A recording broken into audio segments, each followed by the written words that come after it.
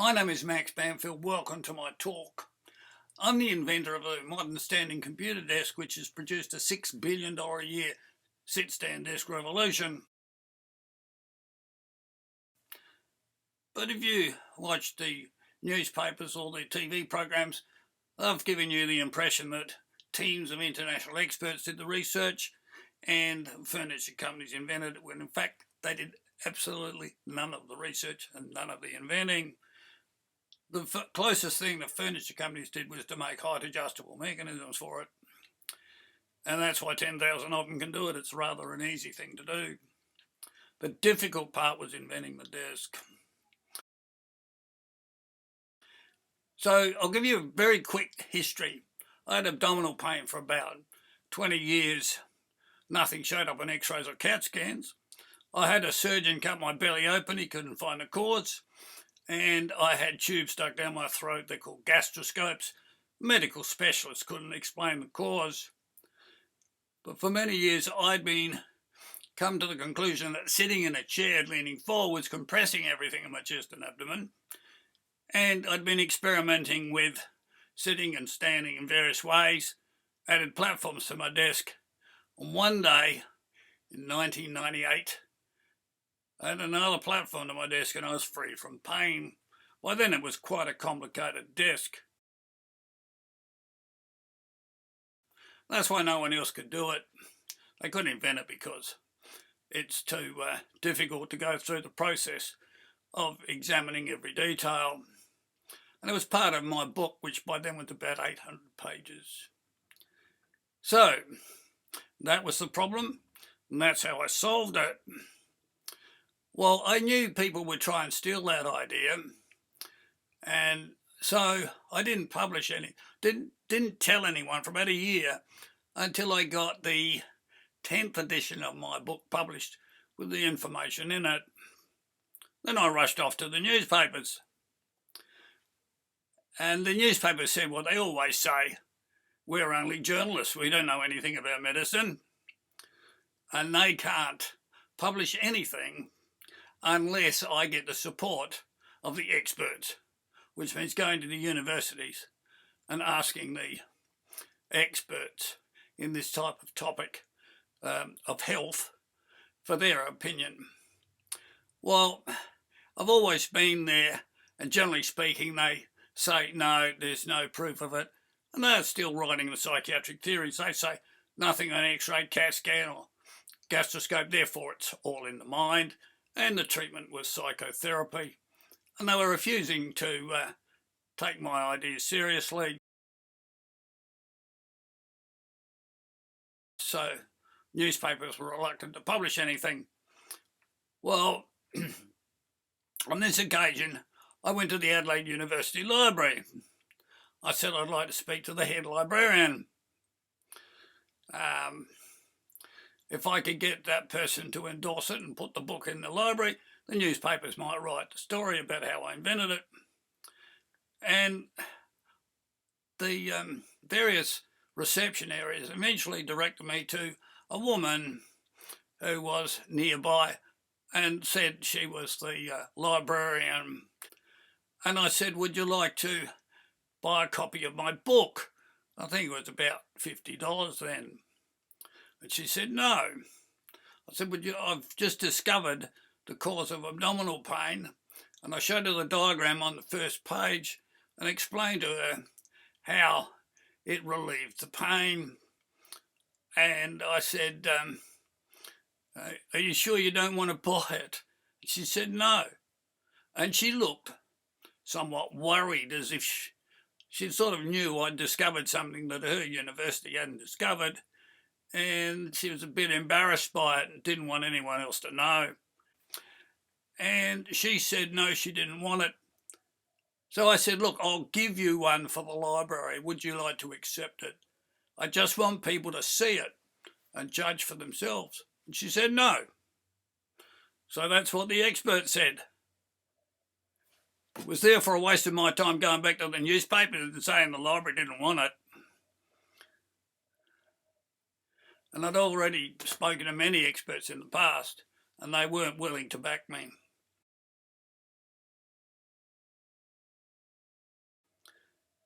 I therefore went to the furniture companies, and my idea was I would say, I've just invented a cure for an illness that affects at least 5% of the world population, or 200 million people, and you could get very rich if you make your standing desk to my design. So all you got to do is give me 5% royalty, and you can keep the rest, 95%, for the trouble of making it. And the first guy I come across was the boss of a small company, and he was typing with one finger because he didn't know how to type. And he said he wasn't interested.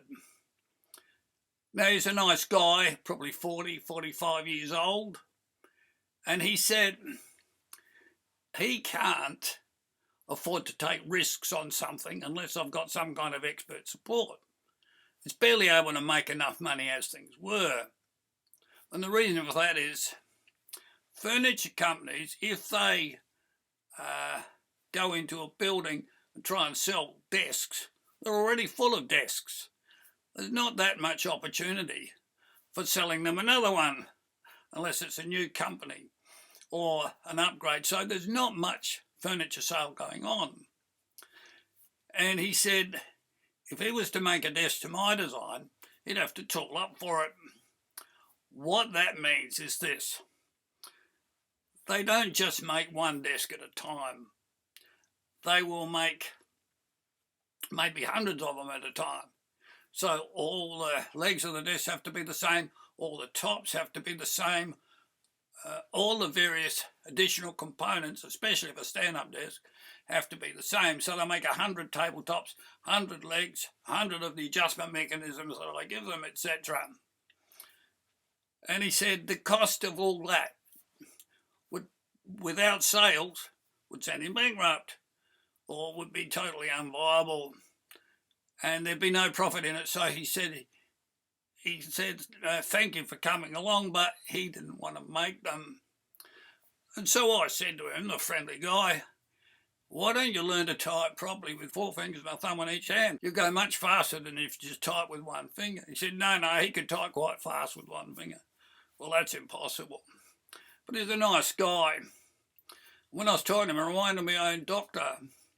When I invented a standing computer desk and when I was using a computer, he was still using a biro on a paper pad, prescription pad.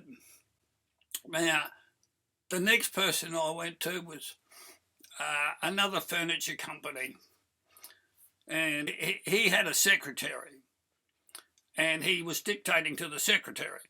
Now, she was a 16-year-old girl, or looked that way, so he's about a 50-year-old guy who couldn't type, and that's why he did dictation to a secretary. And they had a computer out the back room, which he couldn't use, and she couldn't use. It was out the back collecting dust. So neither of them could use computers. And so I spoke to him and I said that I'd invented this desk and I'd explained all the details of how it could prevent illnesses affecting 200 million people. And for paying me 5% royalty on copyright, I'll tell him the details and he can make as many as he wants. Maybe have a worldwide access to making these sub-license and that. He said he's not interested. I said, why not? And he said, because he had a standing desk in his showroom some years ago. None of his customers ever wanted it. They just walked past it. And so he put it out in the back room. And he said, now that I've reminded him, he's going to get that waste of a product, put it out in the street for the garbage trucks to pick up next week and take to the dump. He just couldn't sell it. Nobody wanted it. So he wasn't interested in manufacturing anything of the sort. So he said, but good luck with other furniture companies down the street or in another suburb. And so I went to another furniture company. And what I found there was a guy, I spoke to him briefly, and he took me out to show his furniture shop, and it probably half an acre under roof, and it's like a stepdad son junk shop. You'd have to squeeze your way down an aisle with all sorts of desks and filing cabinets, upside down, doors open, you just about bang into them and poke a chair leg through your eye, and it was just a stepdad son junk shop. And he said no, he wasn't interested in making standing desks. He didn't really manufacture them. I think he bought and sold furniture from auctions. So I went to other furniture companies, and they all had the same attitude. They didn't think anyone would buy my standing desk design, so they weren't interested. Now I'll mention one other, and this guy was in what you might call an upper class store in the city, and you walk through the door and it was all avant-garde type, latest sort of furniture, leather chairs and mahogany wooden cabinets and all sorts of things, a carpet everywhere. It was a luxury store. And I asked him, and he said, a little bit arrogantly, oh, he doesn't manufacture desks, he only sells them, as if selling is more prestigious than manufacturing. And he said, but good luck going out into the suburbs and finding another manufacturer who'll make them for you. Now, it was at a time when I was also recovering from the side effects of chemotherapy for cancer, and I didn't pursue it indefinitely. I came to the conclusion that no one in Adelaide or anywhere else was going to accept this unless I could get university support. The universities weren't interested.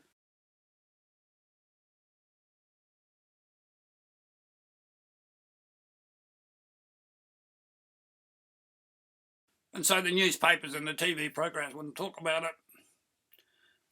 So, nowadays, when you're listening to the news, or the TV programs, or the design programs, which I won't name specifically, we'll them come to highly creative and innovative furniture companies that develop these standing desks and sit-stand desks and desktops. And you'll see them talking about how these improve the health and happiness of office workers, and how sitting is harmful to health. All these experts are now coming on and being glorified by the newspapers and the TV programs who rejected the idea when I actually discovered the health benefits and identified the reason for the desks.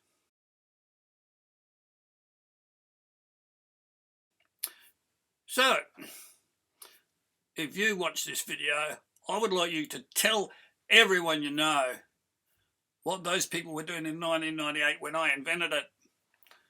They were rejecting the idea outright. I'm the only person who invented it. It's still my copyright. They're all copying me. So please tell all your friends, and thank you for watching.